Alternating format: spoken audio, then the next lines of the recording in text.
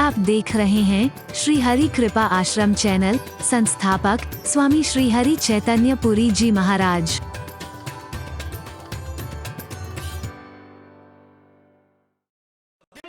प्रियम ब्रूयात, सत्य हो लेकिन प्रिय सत्य हो। ए अंधे, ऐसा क्यों बोल रहा है? मैं तो सच बोलता हूं जी। अंधे को अंधा ही तो कहा मैंने, और कोई गलत थोड़ी कहा। अरे बोल, सत्य तो तू बोल रहा है लेकिन प्रिय सत्य नहीं है। और खाली मीठा मीठा सच ही मत बोलते रह जाना। तीसरी शर्त लगाई है कि हितकारी सत्य हो, जिससे किसी का बुरा हो जाए ऐसा सच भी बेकार है। अरे बोल,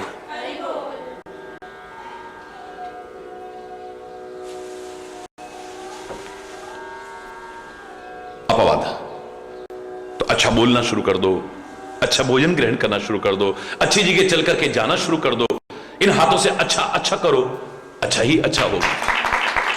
संयम अब ये तुम्हें करना पड़ेगा, ये तुम्हारी आत्मकृपा है। सदगुरु कृपा करके जो तुम्हें संजीवनी बूटी देंगे, सदगुरु रूपी वैद्य, रघुपति भगति सजीवन मूरी, परमात्मा की भक्ति रूपी जो संजीवनी जड़ी बूटी आपको दे, जो सारे भवरोगों को दूर करने में समर्थ है। अनुपान श्रद्धा मति पूरी। आयुर्वेद में कोई भी दवाई दी जाती है तो उसके पास साथ में अनुपान बताया जाता है। ये दवाई शहद के साथ लेना, ये दवाई दही के साथ लेना, ये दवाई दूध के साथ लेना, ये दवाई इसके साथ लेना, ये दवाई इसके साथ लेना, उसको कहते हैं अनुपान। श्रद्धा से भरी हुई मति के साथ इस दवाई को लो, फिर देखो खाली अच्छे सदगुरु मिल गए, बड़ी परमात्मा की कृपा है, लेकिन मात्र मिलने से तुम्हारे जीवन का उद्धार हो जाएगा, इस भ्रम में मत जीना। जैसे हम किसी रोग से पीड़ित हैं, उस रोग का सबसे अच्छा डॉक्टर मिल जाए तो खाली डॉक्टर मिलने से रोग दूर नहीं होंगे। उस बीमारी की हमें वो डॉक्टर दुनिया की सबसे अच्छी दवाई दे दे, पर दवाई मिलने मात्र से रोग दूर नहीं होंगे। अच्छा डॉक्टर मिले, अच्छी दवाई मिले, उस दवा को उपयोग में लाएं और डॉक्टर के बताए परहेज से चलें, तो संभावना है कि रोग दूर हो जाएंगे। मैंने कल भी कहा, वहां संभावना है या गारंटी है रोग दूर हो, लेकिन उपयोग में तो लाएं। सत्संग का तात्पर्य क्या है? सत्य की खाली चर्चा ना हो, सत्य का खाली श्रवण ना हो, सत्य का संग हो। सत्य हमारे जीवन के आचरण में उतर जाए, हमारे जीवन का अभिन्न अंग बन जाए, हर क्रियाकलाप में उतर जाए, इतना उतर जाए कि हमारे हर क्रियाकलाप के साथ में सत्य शब्द जुड़ जाए। हम खाली फिर पुरुष न रहें, सतपुरुष बन जाएं। हम खाली संगति न करें, फिर सत्य संगति करना शुरू कर दें। हम खाली वचन न बोलें, सदवचन बोलना शुरू कर दें। हमारे अंदर खाली भावनाएं ना आए, सद्भावनाएं आनी शुरू हो जाएं। हम कर्म ना करें मात्र, फिर सत्कर्म करना शुरू कर दें। विचार ना हो, सदविचार आने शुरू हो जाएं। मैं दावे से कह रहा हूं, जीवन धन्य धन्य हो जाए, उतर जाए, हर क्रियाकलाप में उतर जाए। झलकना चाहिए हमारी बोली से, हमारे देखने से, हमारे चलने से, हमारे व्यवहार से, हमारे खान पान से, हमारे आचरण से पता लगना चाहिए कि हम सत्य के अनुयायी हैं, हम धर्म के अनुयायी हैं, हम किसी सदगुरु के शिष्य हैं, परमात्मा के भक्त हैं। हम कोई ना कहे वैसे तो बड़े भगत बनते हैं और ऐसे देखो, ऐसे तो बड़े गुरु महाराज के सेवक बनते हैं और ऐसे देखो, ऐसे तो बड़े धर्मात्मा बनते हैं और ऐसे देखो। हरि बोल। दुष्टों की बात नहीं कर रहा, ईर्ष्यालुओं की बात नहीं कर रहा, जलने वालों की बात नहीं कर रहा, लेकिन सत्पुरुषों की निगाह में तुम्हारे प्रति ऐसे शब्द का आना समझ लेना कि धिक्कारना है। हमारी आत्मा हमें धिक्कारे ना कभी, कोई सच्चा महात्मा धिक्कारे ना कभी हमें, और परमात्मा भी कभी धिक्कारे नहीं। इसको क्यों भेजा होगा दुनिया में मैंने, इसे क्यों मैंने शिष्य बनाया होगा? ये मेरे भक्त है। ये भस्मासुर, मांग लो क्या वरदान मांगना चाहते हो। कितना ओम नमः शिवाय का जाप किया है उसने, कितनी कठोर तपस्या की है। कौन करेगा इतनी कठोर तपस्या? भगवान भी प्रकट हो गए सामने और कहते हैं जो वरदान मांगना है मांग लो। लेकिन जब शब्द सुने होंगे, उसकी सोच सुनी होगी, कितना पश्चाताप हुआ, ये मेरा शिष्य है, ये मेरा भक्त है, जिसके सिर पर हाथ रखूं वो जल के खाक हो जाए, है? जो किसी का बुरा करता है उसका बुरा तो अवश्य होने वाला है। सामने वाले का बुरा हो ना हो, लेकिन उसका बुरा अवश्य हो जाएगा। जो दूसरे के लिए खड्डा खोदेगा वो खुद खड्डे में न गिर जाए कहीं। हरि बोलना।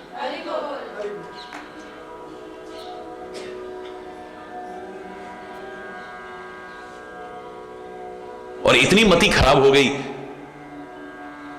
इन्होंने ठीक से सही वरदान दिया भी है नहीं, चलो पहले इन्हीं के सिर पे हाथ रख के आजमा लेता हूं। हरि बोलना, हरि बोलना। पहले इनके सिर पर ही हाथ रख करके जलवत, जिससे शक्ति पाई, जिससे सामर्थ्य पाई, उसी पर आजमा रहा है। सच बताना, क्या भगवान भोले शंकर के मन में नहीं आया होगा कि इसको मैंने वरदान क्यों दिया होगा, इसको शक्ति क्यों दी होगी मैंने, इसको सामर्थ्य क्यों दी होगी मैंने? क्या पछतावा नहीं हुआ देने के बाद में? क्या पश्चाताप नहीं हुआ होगा? पश्चाताप न होता भगवान को क्यों पुकारते? आगे आगे भोले बाबा भाग रहे, पीछे पीछे वो भाग रहा है।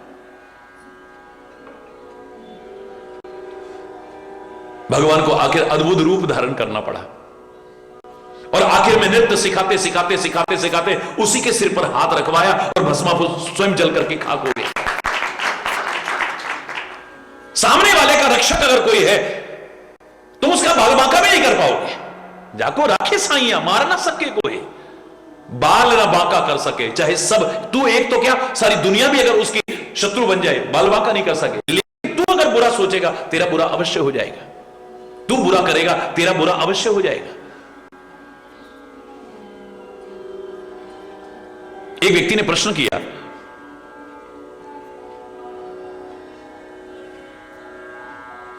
जब मैं प्रवचन कर रहा था कि संत का स्वभाव होता है चंदन की तरह, कि उसके टुकड़े टुकड़े भी कर दो फिर भी खुशबू देता है, उसे जला के खाक कर दो लेकिन फिर भी खुशबू देता है, उसे प्यार से सूंघो तब भी खुशबू, गुस्से में सूंघो तब भी खुशबू, उसका वो दिव्य गुण है, वो अवश्य देगा। तो किसी ने प्रश्न किया, महाराज जी आप तो कहते हैं कि जो बुरा करेगा उसका बुरा अवश्य होगा, कर्मों का फल अवश्य भोगना पड़ेगा, लेकिन कुल्हाड़ी का तो कुछ नहीं, कुल्हाड़ी ने तो टुकड़े टुकड़े किए चंदन के, उसको तो बदले में खुशबू मिली, क्या बिगड़ा उसका? मैंने कहा बेटे खुशबू कब तक मिलेगी? बोले जब भी काटेगा। मैंने कहा कब तक काटेगा? बोले हमेशा काटेगा। नहीं,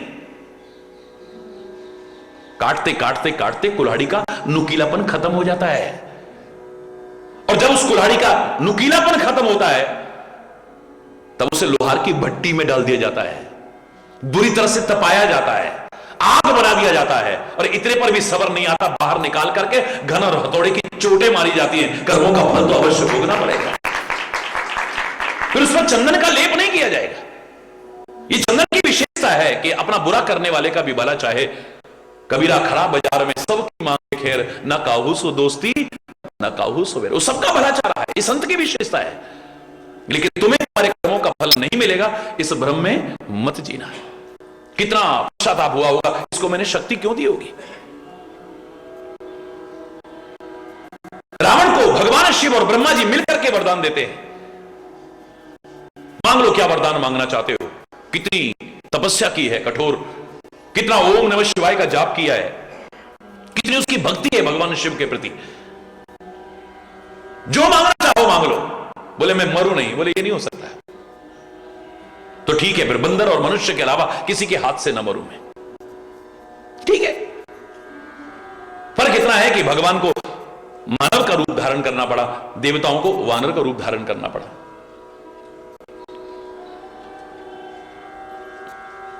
अब उसके कर्म कैसे हुए, उसका आचरण कैसा हुआ, उसका स्वभाव कैसा बना, ये सब होने के बाद भी उस सब को देख करके क्या भगवान शिव को प्रसन्नता हो रही होगी? बोलो ना। लग रहा होगा इसको क्यों शक्ति दी है मैंने, क्यों इसको मैंने सामर्थ्य दी है। जब इष्ट के मन में ऐसा आ जाए, सदगुरु के मन में ऐसा आ जाए, अपनी औलाद को पैदा करके मां बाप के मन में आ जाए, ऐसा क्यों पैदा हुआ होगा हमारे घर में? ये राक्षस पैदा हो गया, ये तो कंस पैदा, ये रावण पैदा हो गया हमारे घर में, तो मैं कहूंगा धिक्कार है ऐसा। पछतावा होता है।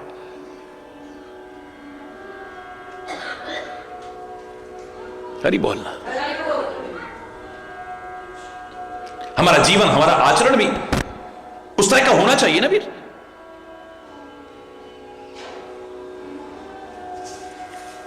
रघुपति भगति सजीवन मूरी, अनुपान श्रद्धा मति पूरी। इस दवाई को लेना, सदगुरु ने जो कृपा करके तुम्हें रघुपति भक्ति, परमात्मा की भक्ति कृपा करके दी है, संजीवनी जड़ी दी है, श्रद्धा से भरी हुई मति के साथ लेना, रोग अवश्य ही दूर हो जाए। यही विधि, भले ही सो रोग नसाई, इस तरह से चाहे रोग चले जाएं, ना ही तो जतन कोटि नहीं जाए, वरना करोड़ों यत्न करते रहो, करोड़ों करोड़ों यत्न करते रहो, कुछ नहीं मिलने वाला है। लाख प्रयास करके भी ये रोग हमारे दूर नहीं होंगे, हमारे विकार दूर नहीं होंगे, हमारी विकृतियां दूर नहीं होंगी, हमारी बुराइयां दूर नहीं होंगी, हमारी बुरी मति सुमति में परिवर्तित नहीं होगी। है सब कुछ अंदर, कुमति सुमति कुमति सबके उर रहे, नाथ पुराण निगम अस कहीं। लेकिन हम कुमति का निवारण करके सुमति को जागृत नहीं कर पाएंगे, न सुख पा सकेंगे, न शांति प्राप्त कर पाएंगे, न विकारों को, विकृतियों को दूर कर पाएंगे, न दोषों को दूर कर पाएंगे, न गलतियों को दूर कर पाएंगे। परमात्मा का मिलने का तो सवाल ही नहीं हो सकता है। परमात्मा के करीब फटकने लायक भी नहीं होंगे, जबकि वो सृष्टि के कण कण में है। इसे हम जानते हैं, तभी तो रोज आरती में बोलते हैं, तुम हो एक अगोचर सबके प्राणपति, किस विधि मिलऊं दया में तुमको मैं कुमति। जब तक मेरी कुमति है, मैं तेरे से नहीं मिल सकता हूं। दुष्टों के साथ जाकर के बैठाऊंगा, निंदा चुगली करने वालों के पास जाकर के बैठूंगा, नशेबाजों के साथ जाकर के बैठूंगा, गंदे लोगों के साथ जाकर बैठूंगा, गंदी सोच वालों के साथ जाकर बैठूंगा, लेकिन तेरे करीब नहीं आ पाऊंगा। मैं संतों के करीब नहीं आ पाऊंगा, सदगुरु के करीब नहीं आ पाऊंगा, सत्संग के करीब नहीं आ पाऊंगा, धर्म के करीब नहीं आ पाऊंगा, आ ही नहीं सकता हूं मैं। जब तक मेरी कुमति है, किसी भी दिन मिलूं दया में। हरि बोल। परमात्मा ने स्वयं कहा है, निर्मल मन जन सो मोहि पावा, मोहि कपट छल छिद्र न। निर्मल मन जब तक नहीं होगा, ना तो तुम सुख पा सकते हो, ना तुम चैन पा सकते हो, ना तुम सुकून पा सकते हो। भगवान को पाने का तो सवाल ही नहीं होता है। मैंने कहा था, जब तक ये गंदगी है, जब तक विकार है, सुख चैन सुकून मिल ही नहीं सकता है। हमारा मन बड़ा बेचैन रहता है। इसको सच्चा चैन सुकून मिल जाए, इसका कोई उपाय बताओ। अगर कोई पूछे तो एक उपाय मैं यही कहूंगा, मेरी आंख में जब तक गंदगी है, मेरी आंख को चैन नहीं मिलता, जब तक आंख से वो गंदगी दूर नहीं होती। बोलो। और अगर मैं लापरवाह हो गया, उस गंदगी की परवाह मैंने न की, तो धीरे धीरे इंफेक्शन हो जाएगा आंख, फिर और ज्यादा बेचैनी होगी। मेरी आंख में गंदगी आ जाए, जब तक आंख से दूर नहीं होती मेरी आंख को चैन, मेरे कान में गंदगी आ जाए, जब तक मेरे कान से दूर नहीं होती मेरे कान को चैन, बोलो ना, नहीं मिलता। मेरे नाक में गंदगी आ गई है, जब तक मेरी नाक से दूर नहीं होती मेरी नाक को चैन। मेरे मुंह में गंदगी आ गई है, थूक या कफ, जब तक मुंह से दूर नहीं होगी, चाहे अंदर ले जाऊं या बाहर फेंकूं, जब तक मुंह से दूर नहीं होगी मेरे मुंह को चैन। मेरे शरीर में गंदगी इकट्ठी होकर के आ गई है, जब तक शरीर से दूर नहीं होगी मेरे शरीर को चैन, बोलो, नहीं मिलेगा। मेरे खून में गंदगी आ गई है, दिखती नहीं है, बहुत सी गंदगी ऐसी है दिखती नहीं है, लेकिन धीरे धीरे वो दाद के रूप में, एक्जिमा के रूप में, खुजली के रूप में, फोड़े फंसी के रूप में बाहर आनी शुरू हो जाएगी। चैन मिलेगा? बोलो ना, बेचैन होऊंगा मैं। मेरे किसी भी अंग में गंदगी आ जाए, जब तक उस अंग से दूर नहीं होती मेरे अंग को चैन। मेरे शरीर में गंदगी आ गई है, जब तक शरीर से दूर नहीं होगी मेरे शरीर को चैन। ऐसे ही जब तक मेरे मन की आई हुई गंदगी दूर नहीं होगी मेरे मन को भी चैन मिलने वाला नहीं। मन में आई गंदगी भी जब तक दूर नहीं होगी मेरे मन को चैन नहीं मिलेगा, मेरे मन को सुकून नहीं मिलेगा, मेरे मन को शांति नहीं मिलेगी। परमात्मा का मिलना तो बहुत दूर की बात है। हरि बोलना। क्योंकि भगवान ने स्वयं कह दिया, निर्मल मन जन सोमय। गंदगी है तब तक नहीं मिल सकता।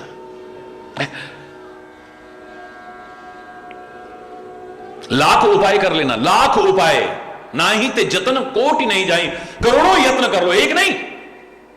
ये रोग दूर नहीं हो सकते, मानस रोग, ये विकार दूर नहीं होंगे, ये विकृतियां दूर नहीं होंगी, ये बुराइयां दूर नहीं होंगी हमारी, ये दोष दूर नहीं होंगे। तरीका एक ही है इसका, अगर इन्हें दूर करना चाहो, परमात्मा की कृपा से सदगुरु मिले, सदगुरु के वचनों पर विश्वास हो, उन्होंने जो भक्ति का मार्ग हमें दिया है, पूरी श्रद्धा, पूरे प्रेम और पूरे विश्वास के साथ उस पर चलते रहें।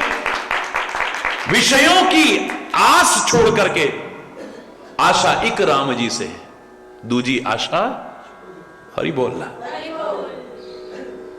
एक भरोसो, एक बल, एक आस विश्वास, पूरी दृढ़ता से चल, बच जाएगा। कैसे पता लगे, कैसे पता लगे कि हमारे जो मानस रोग थे ये दूर हुए हैं या नहीं हुए हैं? परमात्मा की कृपा हो गई, सदगुरु मिल गए, हमें पूरा भरोसा है, उनके वचनों पर भी हम चलते हैं, भगवान की भक्ति भी करते हैं, पूरी श्रद्धा भी है हमारे मन में। लेकिन हमारे रोग दूर हुए कि नहीं कैसे पता चलेगा? भाई आप इलाज करते हो तो बुखार दूर हुआ या नहीं पता चल जाता है, थर्मामीटर नाप लो, हरि बोल। बुखार दूर हुआ है या नहीं हुआ है पता चल जाएगा। शुगर आपकी सही हुई है कि नहीं आप नपवा सकते हो इलाज करने के बाद में, हुआ है कि नहीं। ब्लड प्रेशर आपका बढ़ा हुआ है या कम है, सही हुआ कि नहीं, नापने से पता चल जाएगा। कोई भी रोग हो उसके लिए मापदंड बने हुए हैं, उसके अनुसार पता चल जाता है इलाज करने के बाद कि हमारा रोग दूर हुआ है या नहीं हुआ है। अब मानस रोग दूर हुए हैं नहीं, इस इलाज को करने के बाद कैसे पता चलेगा? कौन सा मीटर बना है इसके लिए, कौन सा मापदंड बना है इसके लिए है? जानिए तब मन विरुज गुसाई,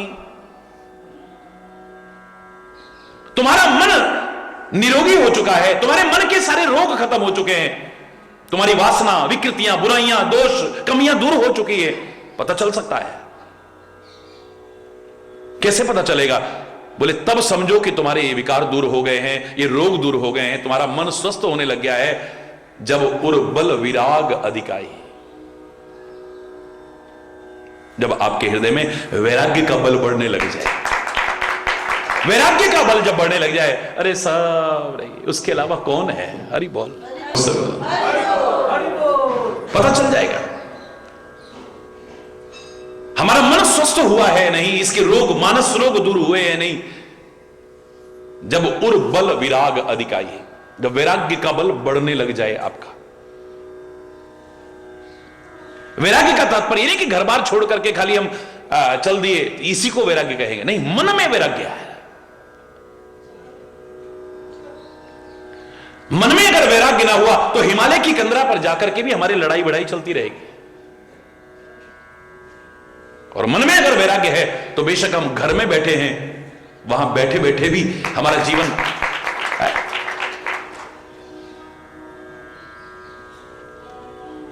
पूरे भारत की जब मैंने पैदल यात्रा की, मैंने स्वयं अपनी आंखों से संत वेशधारी दो बाबाओं को हिमालय के ऊंचे इलाके पर लड़ते देखा। हमारे साथ सब लोग चल रहे थे, ये सच्ची घटना है। लहूलुहान हो गए पड़े, सब हरि बोल करते हुए जा रहे थे, हजारों लोग। और इतने दुर्गम स्थान पर रहने वाले दो संत वेशधारी आपस में लड़ रहे थे, खून खराबा। हमें देखते ही वो अलग हुए, प्रणाम किया, मेरे से रहा नहीं गया। मैंने पूछा कि आप आपस में क्यों लड़ रहे? नहीं महाराज जी, नहीं महाराज जी, कोई तो बात होगी, क्यों लड़ रहे हो आप? आखिर में कहते हैं, महाराज जी ये जो गुफा है ना, ये गुफा पिछले साल मैं आया, इसमें मैंने साफ सुथरा किया, लकड़ी का दरवाजा चढ़ाया, और जब बर्फ गिर गई मैं नीचे चला गया। अब क्या आया हूं तो इसने कब्जा कर रखा है, घर छोड़ा, बार छोड़ा, परिवार छोड़ा। किस गुफा के लिए लड़ रहे हैं? जो वहां पर हजारों हैं, जिसके लिए कोई किराया नहीं देना, हरि बोलना। जग से कोई भाग ले चाहे, मन से भाग न पाए, तोरा मन दर्पण कहला। जग से तो भाग लिए, लेकिन मन से कहां भाग करके जाएंगे। इस मन में अगर वैराग्य नहीं है तो वहां जाकर के भी वही विकार, वही विकृतियां, वही कमियां, वही बुराइयां मुझको घेर लेंगी आकर के। कुछ दिन तो जोश जोश में बस अच्छा लगेगा, लेकिन बाद में वही होगा। फिर आए थे हरि भजन को और होटल लगे कपास। हरि बोल। दुनिया भर के झंझटों में, फिर दुनिया भर के झंझटों में पड़ गए।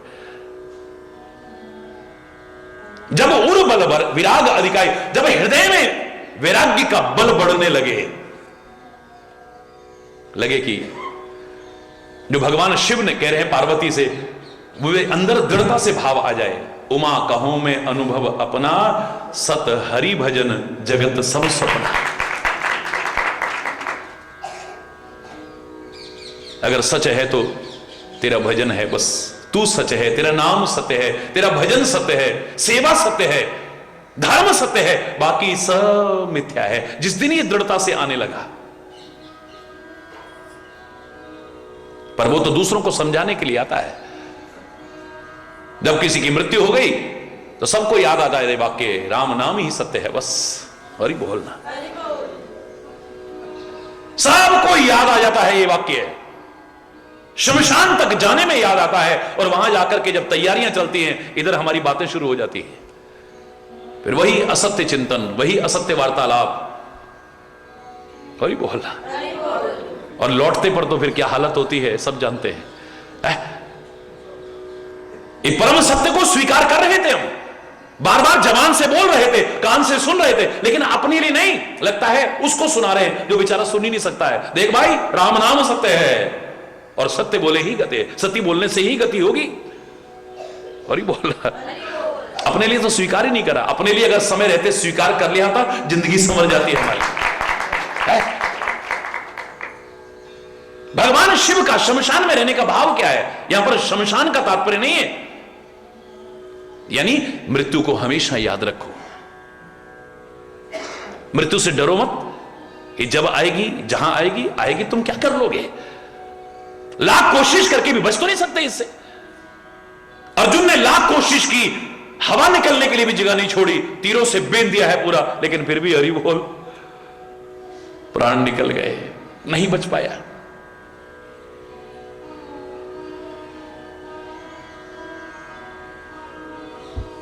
इससे डर करके काम नहीं चलने वाला है। कहां जाओगे डर के? इसे डरने की आवश्यकता नहीं है, इसे याद रखो। और मैं तो कहता हूं भगवान से भी डरने की आवश्यकता नहीं है, भगवान को भी याद रखो। दो बातन को याद रख, जो चाहे कल्याण नारायण एक मौत को, दूजे श्री भगवान। ये दो बात याद है तो आबाद है, नहीं तो बर्बाद है। परमात्मा से प्यार करो, डरने की आवश्यकता नहीं है। क्या महाराज जी दुनिया कहती है भगवान से तो डरो, आप कह रहे हो भगवान से भी डरने की आवश्यकता नहीं है। सच है, दुनिया जब कहती है भगवान से तो डरो, किससे कहती है?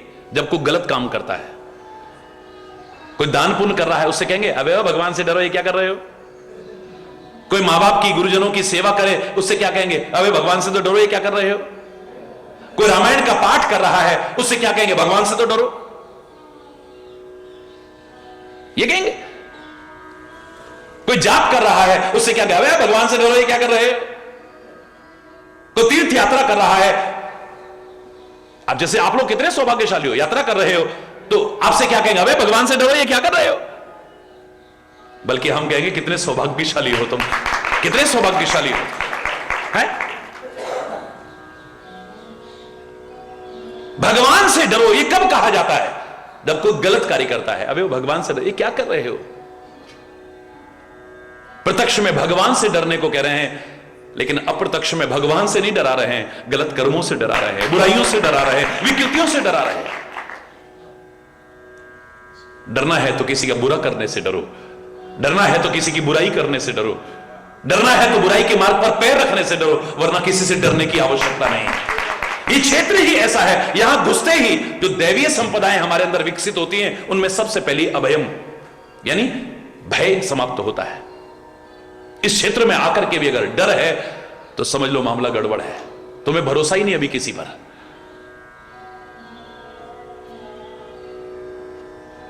फिर तुम्हें अभी भरोसा नहीं है किसी पर। जब मन में भरोसा होता है तो डर नहीं होता है। सुग्रीव कितना डरपोक है, लेकिन अब भरोसा हो गया है राम पर। और तो रात्रि में बाली को ललकार रहा है, जिस बाली ने 6 महीने तक रावण जैसे को बगल में दबा दिया, कोई जिसके सामने आने की सामर्थ्य नहीं रखता है, आज ए बाली, बाली हंसने लगा ये तो बड़ा डरा फिरता था। हनुमान को भी भेजा है राम और लक्ष्मण के पास में कि जाओ देखो ये कौन है। अगर बाली ने भेजे हो मुझे इशारा करके बता देना, मैं ये किष्किंधा से भी भाग जाऊंगा। ये तो भागता ही रहता डर के मारे, डरपोक है, कायर है, भीरू है। लेकिन जब परमात्मा की शरण में आए सबसे पहले डर ही खत्म होता है। हरि बोल। डरता तो गुंडा भी नहीं है, लुच्चा लफंगा भी नहीं डरता है, बदमाश भी नहीं डरता है, तो एक भक्त भी नहीं डरा तो कौन सी बड़ी बात है। अंतर है दोनों में। वो डरता नहीं है लेकिन लोगों को डराता है। भक्त ना डरता है ना किसी को डराता है। भक्त ना डरता है ना किसी को, जो कहते ना ये कर दूंगा वो कर दूंगा फलाना, संत भी नहीं है, भक्त भी नहीं है। अरे बोलना, उससे तो डरने की जरूरत ही नहीं है। तू कुछ नहीं कर सकता है। कई आ जाते हैं बोले उनको कुछ दे दिया 36 आशीर्वाद दे गए, कुछ नहीं दिया तो श्राप दे गए। ना उनका वरदान सिद्ध होगा ना उनका श्राप सिद्ध होगा, क्योंकि जवान तो बिकी हुई है, उनकी जवान बिकी हुई है। उनका ना वरदान सफल होने वाला है ना उनका श्राप। डरने की आवश्यकता नहीं है आपको।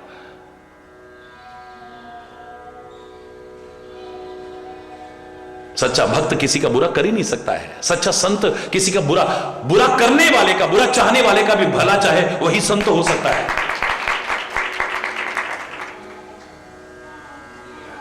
हरि बोलना। तो ना मृत्यु से डरने की आवश्यकता है ना परमात्मा से डरने। उससे प्यार करो, उन्हें याद रखो। हमें याद नहीं रहती है। औरों को समझाने के लिए कह देंगे अबे साथ ले जाएगा क्या, सब एक दिन यहीं छूट जाएगा, बड़ा ज्ञान है हमें। पर उपदेश कुशल बहु तेरे। औरों को सिखाने के लिए बड़ा ज्ञान है। अपनी बार भूल जाते हैं, अपनी बार लगता है हम साथ ही ले जाएंगे। हरि बोलना, जोर से बोल रहा है। यक्ष और युधिष्ठिर का संवाद जो महाभारत का है, चारों भाई मूर्छित हो गए क्योंकि प्रश्नों का उत्तर दिए बिना सरोवर से जल लेने लगे। युधिष्ठिर आए, वो कहते हैं पहले प्रश्न पूछो, मैं प्रश्नों के उत्तर दूंगा तब जल लूंगा। और आप जानते हैं यक्ष युधिष्ठिर संवाद कहां हुआ था? इसी कामबन की भूमि पर। अभी भी चिन्ह मौजूद हैं, यहां से थोड़ी दूर पर ही है जहां पर यह संवाद हुआ है यक्ष और युधिष्ठिर का, महाभारत का वो दिव्य प्रसंग। तो 5 प्रश्न पूछे थे, 5। उन 5 प्रश्नों में सबसे पहला प्रश्न क्या था? संसार का महानतम आश्चर्य क्या है हे युधिष्ठिर? क्या है संसार का सबसे महानतम आश्चर्य? युधिष्ठिर ने जो उत्तर दिया था, उसने कहा कि हम अपनी आंखों से अपने भाई बांधवों को, अपने परिवार के लोगों को, अपने इष्ट मित्रों को, दुनिया के लोगों को जाते देख रहे हैं, पर हमें अपनी मृत्यु का एहसास नहीं। अपनी आंखों से जाते देख रहे हैं पर अपनी मौत का एहसास नहीं, हमें याद ही नहीं है कि हमने भी एक दिन जाना है।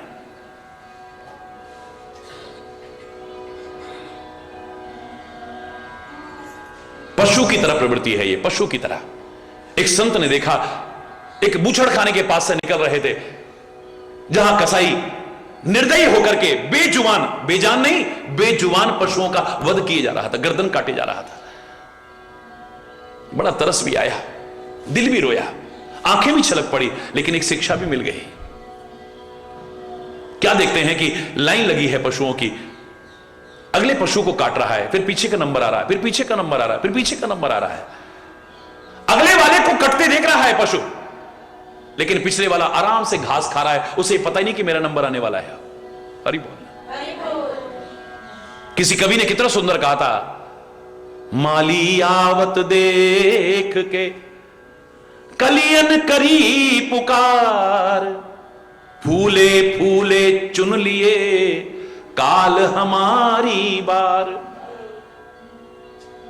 कितना सुंदर भाव है, एक कली की मुख से कहला रहा है। माली जब आया, हाथ में टोकरी लेकर के आया और फूल चुनने लगा है, फूले फूले सब चुन लिए। बोले इतराओ मत, मन में कहती है वो कली, कल हम भी खिलेंगे और हमारा भी नंबर लगने वाला है।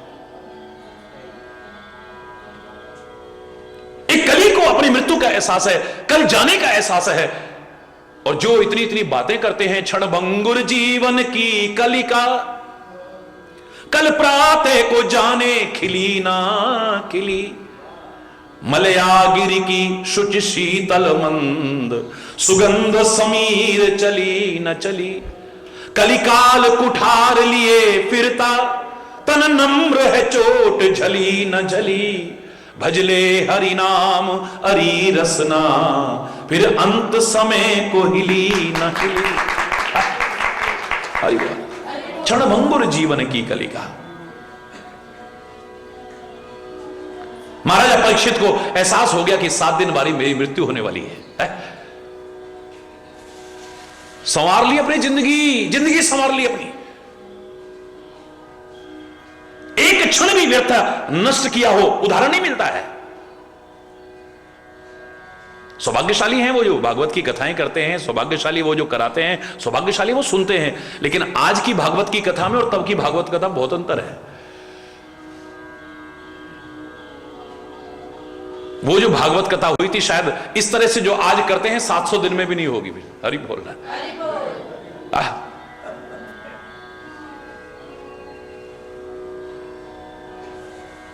बीच में भजन गा लिए, नाच लिए, कूद लिए, फिर दान लिखवाते रहे, फिर ये करते रहे। हरि बोलना, जोर से बोलो। मैं क्षमा चाहते हुए को लेकिन कहूंगा जरूर, एक क्षण भी व्यथा नष्ट नहीं किया, एक क्षण भी।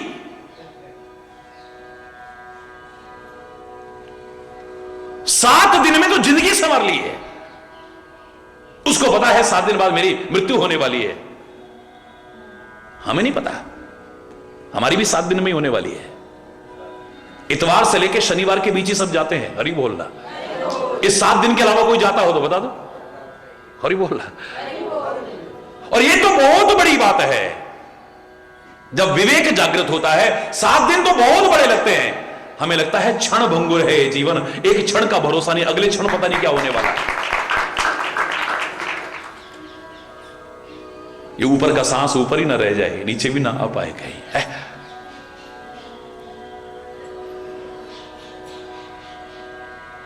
श्वास श्वास प्रति नाम भज, वृथा श्वास मत खोए, ना जाने इस श्वास का फिर आवन होए ना होए।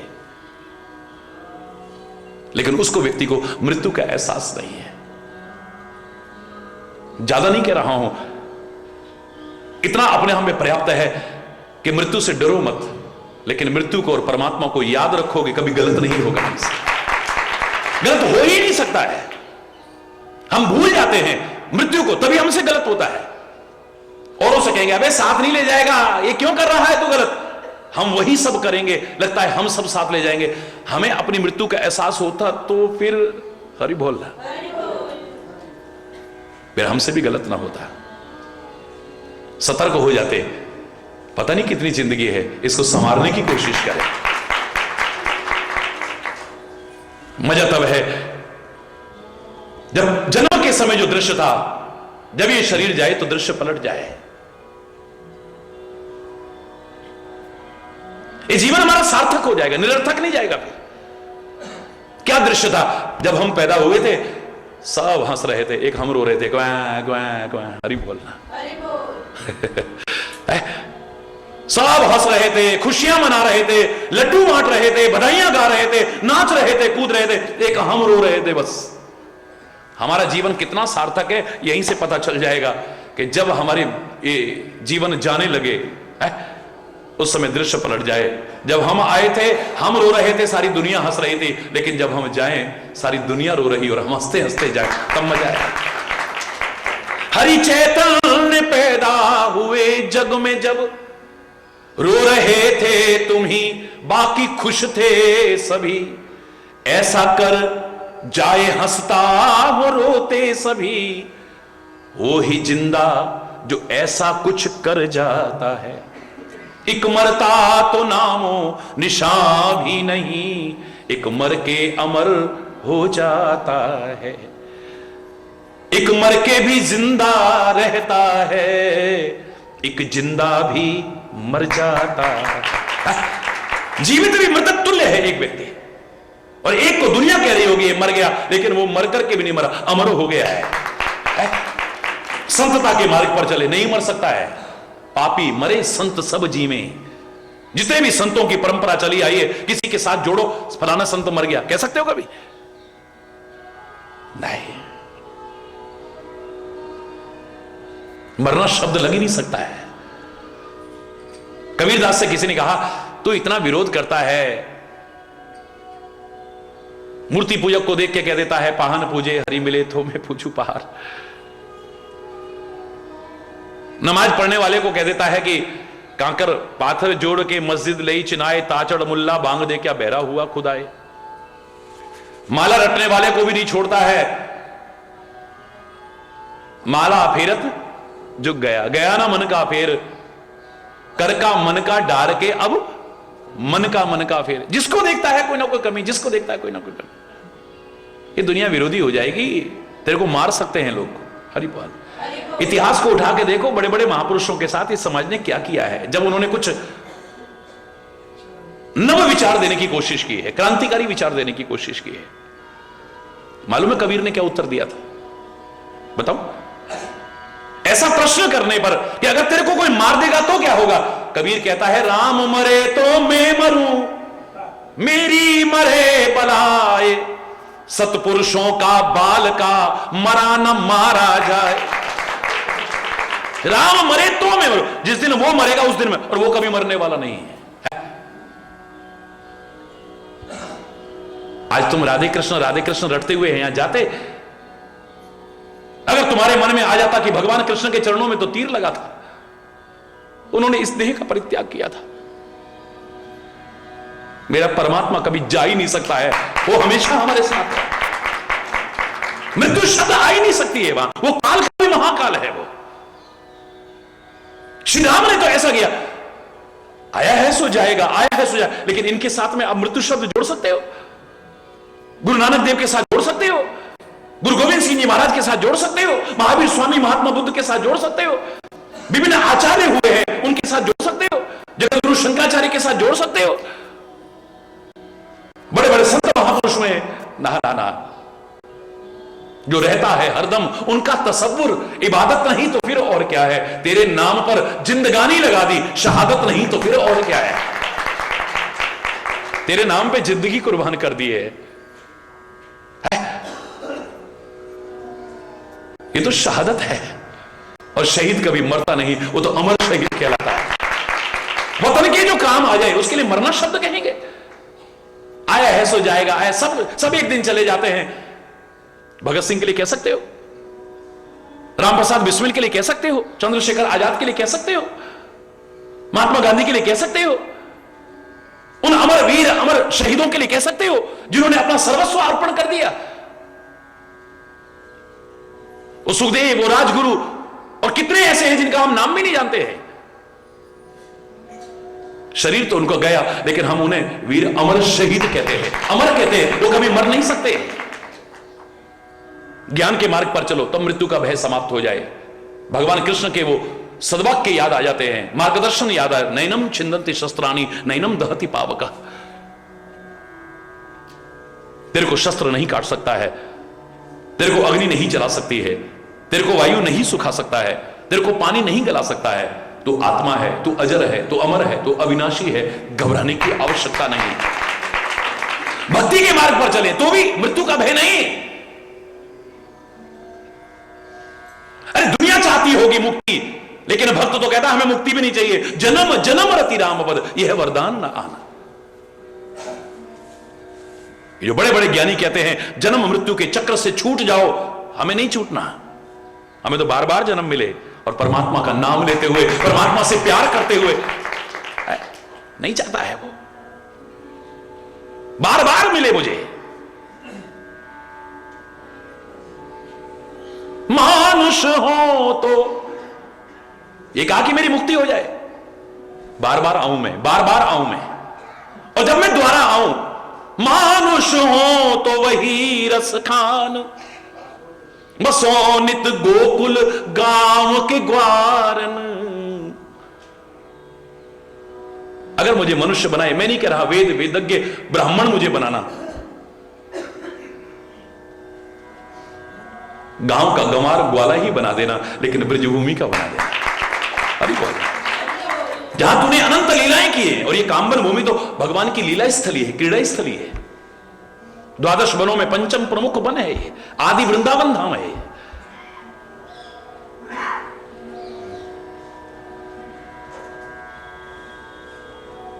जो पशु हो तो कहा बस मेरो, चरो नित नंद की धेनु मझारन।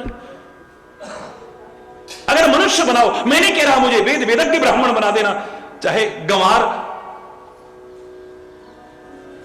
ग्वाला ही बना देना, लेकिन ब्रजभूमि का बनाना। और अगर मेरे कर्म इस लायक भी नहीं है कि मैं मनुष्य बन सकूं, पशु ही बना देना, लेकिन पशु भी बनाओ तो वंश परंपरा में अभी भी नंद की धेनु जिन्हें कन्हैया ने चराया था, कोई ना कोई अभी तो मौजूद होगी, बस उसी परंपरा में मुझे गाय ही बना देना। और ऐ मेरे परमात्मा, अगर तू कहे कि गौ जैसा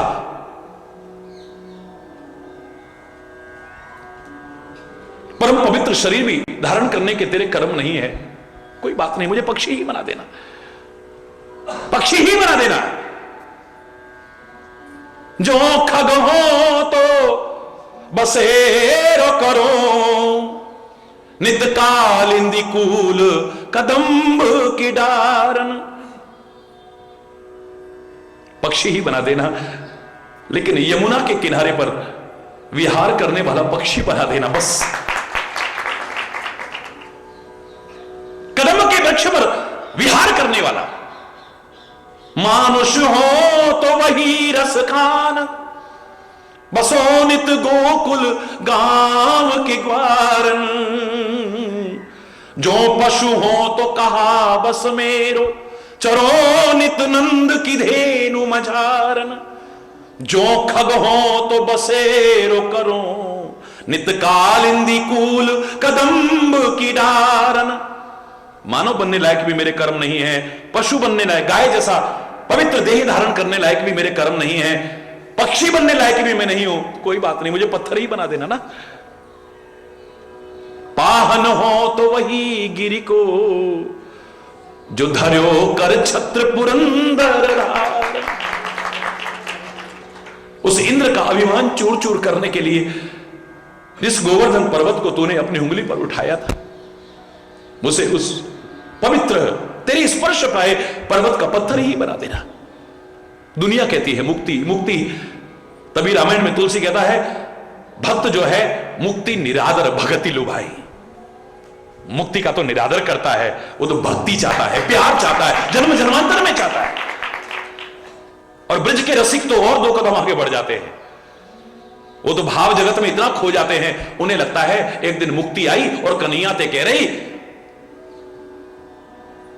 हे गोपाल मैं मुक्ति हूं, मुक्ति, पर मेरी मुक्ति को कछु मार्ग बताए दे, उपाय बताए दे। मुक्ति कहे गोपाल सो मेरी मुक्ति बताए, ब्रज रज उर मस्तक परे तू मुक्ति मुक्त है जाए। हरि बोल।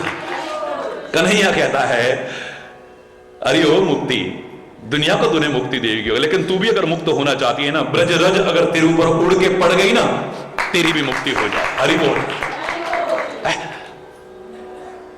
ये तर्क का विषय नहीं है, ये भाव का विषय है। ज्ञान में तर्क की गुंजाइश हो सकती है, कुतर्क की वहां भी नहीं।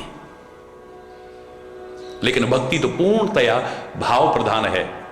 मन में अगर तर्क आ गया, वाणी में तर्क आ गया, बुद्धि में तर्क आ गया, आपकी भक्ति, आपका प्यार कब खत्म हो जाएगी पता भी नहीं चला। राम अतर्क, बुद्धि, मन, वाणी, बुद्धि भी, मन भी, वाणी भी, इन तीनों में कहीं भी तर्क ना आ गई, प्यार खत्म हो जाएगा आपका। ये तो भाव जगत है। मेरे को याद है, शरीर की बहुत छोटी अवस्था थी, तो नंदगांव से मंदिर के पुजारी आए, लाला हमारी सेवा है और तो आना पड़ेगा। बहुत छोटा सा था, इतवार का दिन था। मैंने कहा चलो छुट्टी भी है भाई, मैं जरूर आऊंगा। और मुझे आज तक याद है, मैं पहुंच गया वहां, प्रातःकाल ही वहां पहुंचा, और पहुंच करके सुबह से लेकर के रात्रि शयन आरती तक का पूरा विधि विधान उन्होंने मेरे सामने किया। मैं साथ में मौजूद था। बचपन की बात बता रहा हूं। जब रात्रि को शयन आरती भी हो गई, बाहर जाने लगे, मैं साथ में था। पर्दा करने से पहले, द्वार बंद करने से पहले मैंने देखा एक कटोरे में मोटे मोटे 4 लड्डू रखे और ठाकुर जी के आगे रख दिए। मेरे से रहा नहीं गया। मैं समझ में ना आई बात कि अब शयन आरती है गई, ठाकुर जी को सुवाई दियो, अब ये सो गए तो लड्डू कौन के काजे धर रहे हो तुम? समझ में आ रहा है? जब ठाकुर जी सो गए तो अब लड्डू किसके लिए रख रहे हो तुम? पुजारी के तेवर बदल गए। है लाला होएगा दुनिया को ठाकुर जी, हमारा तो लाला है। अब रात को भूख लग गई तो कौन पे मांगेगा? मान ले उठ गए और रात को, और भाई भूख लग आई तो कौन पे मांगेगा? ये हमारे, हम तो रात को लड्डू धर दें लाला, अगर रात को उठ जाए भूख लग जाए तो अपने आप ले खा लीजिए। अरे बोल, अब क्या तर्क करेगा आदमी? इसमें क्या तर्क करेगा बताइए?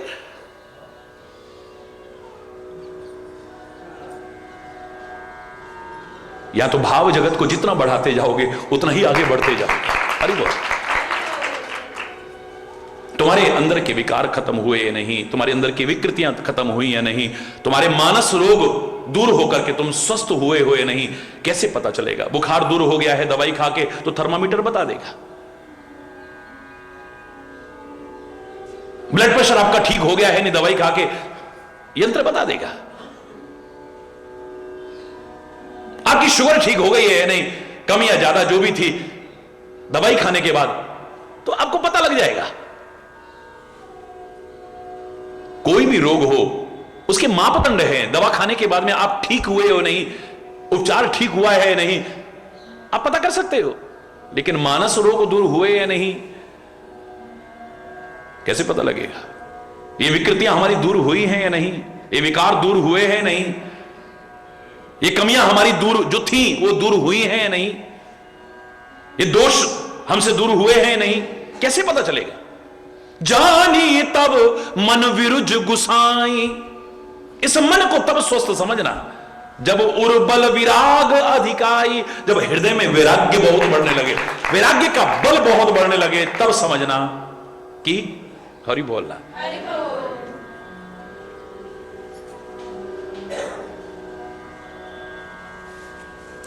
त्याग भावना आए, वैराग्य भावना आने लगे।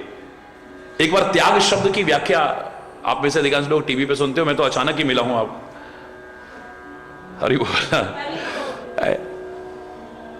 सम्मेलन संपूर्ण होने के बाद भी मैं अगर एक दिन रुका तो खाली नहीं बैठ रहे, चर्चा कर रहे हैं।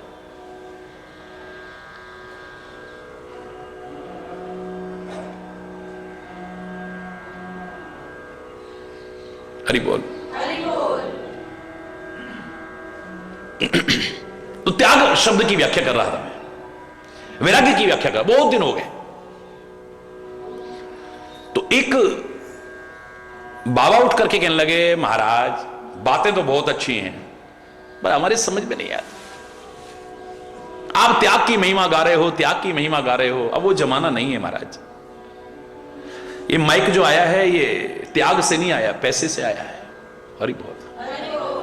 इस हॉल में जो बैठे हैं, बैठ करके हम प्रवचन सुन रहे हैं, तो ये त्याग के बल पर नहीं है, ये पैसे के बल पे। हरि बोल। भंडारे में जो भोजन हुआ वो त्याग के बल पर नहीं है, पैसे के बल पर हुआ। मेरे मुंह से इतने बहुत लंबी लिस्ट गिनाते रहे वो, मैंने आखिर में इतना कहा, मैं क्षमा चाहूंगा आपको प्रणाम करते हुए, आपका सम्मान करते हुए। ये जितना भी आप कह रहे हो ये पैसे की महिमा नहीं, त्याग की महिमा है। क्या बात कर रहे हैं आप? ये माइक तो पैसे से आता है, ये सीमेंट सरिया और ये तो पैसे से आता है, ये भंडारे का सामान तो पैसे से आता है। मैंने कहा नहीं, पैसे से अगर तू ला के दिखा दे मैं तेरा गुलाम बन जाऊंगा।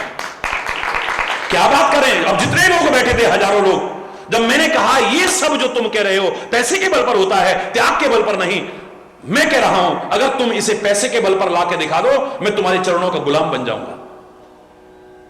सारे हैरान, ये क्या कह रहे हो महाराज जी, पैसे के बल पे तो होता है सब। अरे बोलना, जोर से बोलो ना। बस ऐसी ऐसी व्याख्याएं करके बार रसीद बुक लेके बैठ जाते हैं, दान पात्र लगा के बैठ जाते हैं, लोग आए और डालते जाए। अरे बोल रहा। अरे मैंने कहा भैया मेरे, ये त्याग की महिमा है, पैसे की महिमा नहीं है। कैसे महाराज जी? मैंने कहा तुम दुकानदार के पास जाके पैसा त्यागते हो तब माइक लाते हो। पैसे के बल पर तुम अपने पैसा अपने पास रखो और इसे लाकर दिखा दो। पैसा बोलो क्या करते हो? सीमेंट लाते हो, पैसा त्याग के आते हो। सरिया लाते हो, पैसा त्याग के लाते हो। भोजन का राशन लेकर के आते हो, पैसा त्याग के आते हो। अगर तुम पैसा वहां त्याग करके ना हो, पैसा अपने जेब में रखो, लाख तुम कोशिश करके देखो कुछ नहीं ला पाओगे। अरे त्याग की महिमा को कभी कम नहीं कर सकते हो, वैराग्य की महिमा को कभी कम नहीं कर सकते हो। अरे क्या वजह होगी? एक लंगोटी छाप बाबा के चरणों में चक्रवर्ती सम्राट आकर के झुक रहा है। क्या है इसके पास में? है क्या है इसके पास में? उसके पास महल है, सेना है, साधन है, खजाने, क्या कुछ नहीं है। काहे को इसके पास तो अरे बोल रहा, क्या है इसके पास में? इसके पास जो है वो उसके पास नहीं है। हरि बोल। क्योंकि इसके पास त्याग है, इसके पास वैराग्य है। राजा ने दुनिया को जीता होगा लेकिन इसने अपने मन को जीता है, अपने विकारों को जीता है, अपनी कमियों को जीता है, अपने दोषों को दूर किया है, अपनी विकृतियों को दूर किया है, अपनी कमियों को दूर करा है और आज इस लायक बन गया है कि सारी दुनिया उसके चरणों में झुक रही है।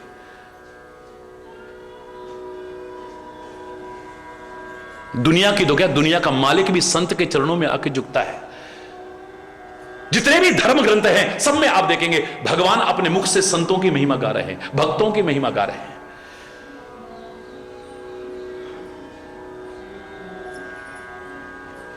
गुरु की महिमा को प्रतिष्ठापित कर रहे हैं। भगवान कृष्ण भी गुरु के चरणों में बैठ करके विद्या अध्ययन कर रहे हैं। भगवान राम भी गुरुदेव के चरणों में बैठ करके सब कुछ हासिल कर रहे हैं। ऋषि मुनियों को प्रणाम करते हैं, संतों की महिमा का गायन करते हैं। एक जगह नहीं कितनी जगह पर मिल जाएगा। काहे के बल पर? जब उर्बल विराग अधिकाई, वैराग्य आप में नहीं आया, त्याग भावना नहीं आई, फिर ये सब नहीं है। हरि बोलना।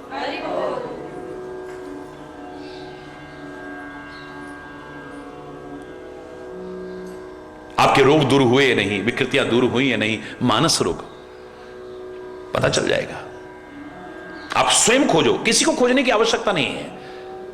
मैंने कल भी आपसे कहा, कोई आपके बारे में जो निर्णय देता है वो सही है गलत गारंटी नहीं है। लोग आपको अच्छा समझते हैं तो आप हमेशा अच्छे हो, इस बात की गारंटी नहीं है। लोग आपको बुराई करते हैं तो आप बुरे ही हो, इस बात की भी कोई, क्योंकि अपना अपना स्वार्थ में संबंध है, उसके बल पर ये आपको अच्छा और बुरा कहते हैं। मैंने कल आपसे क्या कहा, गांव में तो और सीमित हो जाती परिभाषा। हम रात को गए, हमारे मेहमान आ गए थे पड़ोसी के पास में, हमने कहा एक कटोरी चीनी दे दे, हमारे पास चीनी खत्म हो गई है, सुबह बाजार खुलेगा ला के दे देंगे। इतने बुरे लोग हैं, एक कटोरी चीनी नहीं दी। एक कटोरी चीनी दे देते तो बहुत अच्छे। और बोलना, देखो हमारी अच्छे और बुरे की परिभाषा कैसी होती है, बोलो ना। इतने बुरे लोग हैं, हो सकता है उसके घर में भी ना हो, उसने मना कर दिया बेचारे ने।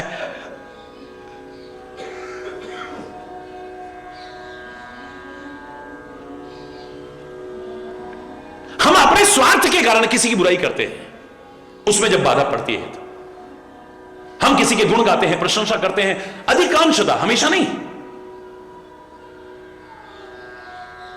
देवता बार बार आकर के रामायण में पढ़ो, भागवत में पढ़ो, देवता बार बार स्तुति कर रहे हैं, बार बार स्तुति कर रहे हैं भगवान की। बोले स्तुति भी कर रहे हैं काहे के कारण? स्वार्थ के कारण। क्योंकि सुर नर मुनि जन के यह रीति, स्वार्थ लागी करही सब प्रीति। जहां स्वार्थ में बाधा पड़े तो किसी के गुण गाएगा कोई? घनश्याम उमड़ घुमड़ के आ गए, बादल उमड़ घुमड़ के आ गए। जिसकी खेती सूख रही है बड़ा खुश होगा, जो गर्मी से तप रहा है वो बड़ा खुश होगा। बोलो ना, है?